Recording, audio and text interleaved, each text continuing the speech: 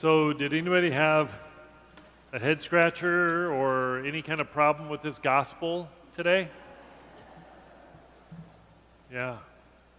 It's a challenging one. It's a really, really challenging one. And I know how some of you might be thinking. You might be thinking, it's like, oh, this divide, this political partisanship divide that we have in our country, Jesus says it's okay. Because after all, he said he came to create the divide. Sorry. No, you can't hold your hat, hang your hat on that one. So what is he talking about? So often we look to that message of Jesus of unity, because he did come to bring that as well, right? Okay? But there is the hard truth, just like we have in the first reading, that the hard truth will bring division. Jeremiah, I mean, he was just sharing the message that God had for him, and where did it end him up? In the mud. So, are we willing to share the hard truth and maybe end up having mud slung our way?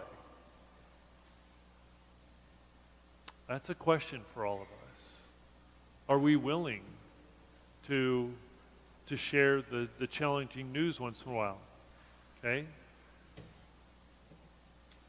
We have to remind ourselves that what Jesus came to bring is a closer relationship with God, right?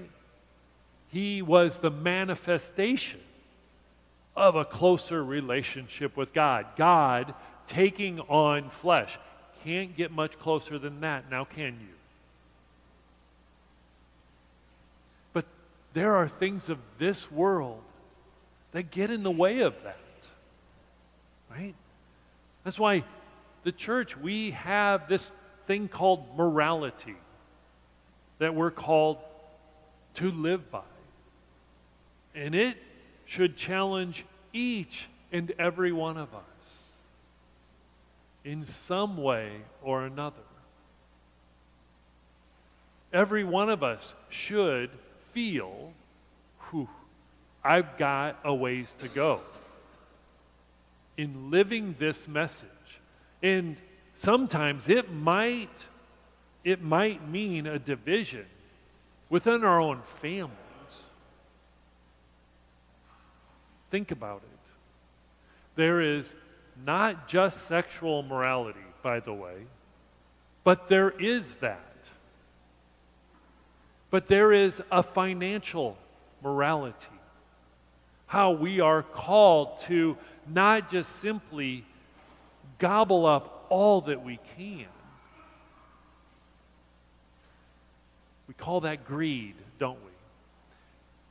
And we know that that is not part of God's plan. There's the morality of caring for creation.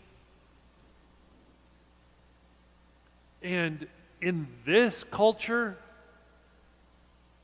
I'm going to say almost every one of us can do better, can strive to consume less. So these are some of the hard truths that we are invited to. We have a God who loves us and continues to call us to that which is better, okay? To a closer relationship. Our second reading reminds us that some of that stuff of this world, the sin of this world, the immorality of this world can cling to us. And so we are called to continue as the author of Hebrews to rid ourselves of that sin that clings to us. Sometimes we use that image of fire, right, to cleanse, right? So these readings today really do line up pretty well, don't they, to that hard truth. I had this incredible blessing during Easter week. I was supposed to go and visit some friends, but since my mom had entered hospice, I went to spend the days with her instead. And during that time, I said, Mom, would you be open to me trying to help you prepare for what comes next? She said, yeah, I would like that. And so I invited her to think about the sins that were clinging to her and the sins that she was clinging to herself.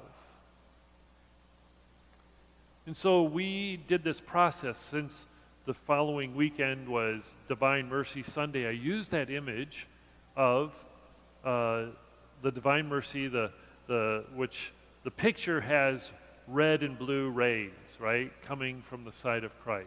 It reminds us that the blood and the water flowed from the cross. And so I invited her to think about those people that have hurt her that she was holding on to yet.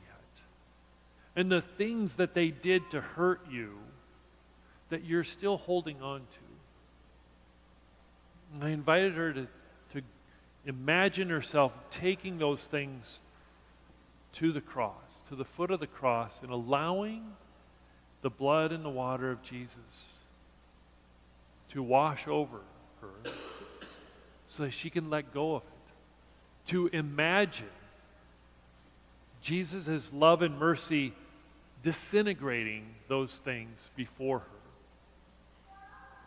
And so we did several of those exercises. Several things that she would take to the cross. And I said, can you see it being disintegrated? She goes, yeah. So after several of those, I said, would you like to ritualize it as we do in the church through the sacrament of reconciliation? She said, yes. Even though that was the first time for me hearing my mom's confession. So we celebrated that. And then she was exhausted, so she took a nap, and I went for a walk. I was giving thanks to God, and the friends that I was supposed to be on vacation with called me up to see how I was doing.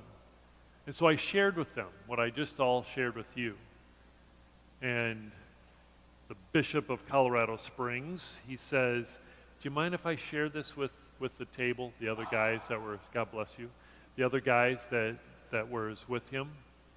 I said, sure, go ahead. So he says, have you heard your mom's confession? Nope. I said, what? That's the only thing you took from that story?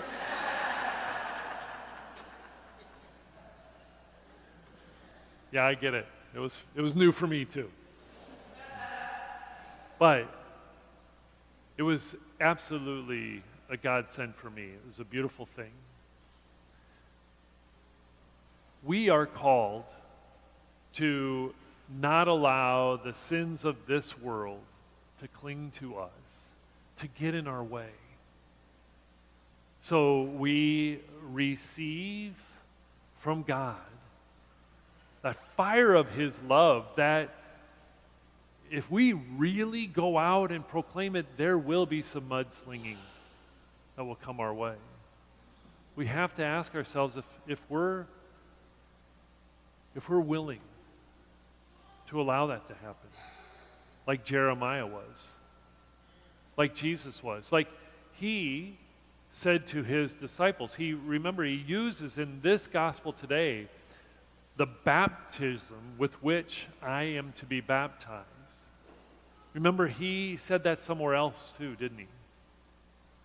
Right? Remember when the good Jewish mother came along saying, Jesus, I want you to give these sons of mine seats of power and authority. Lift them up above the others. And Jesus says,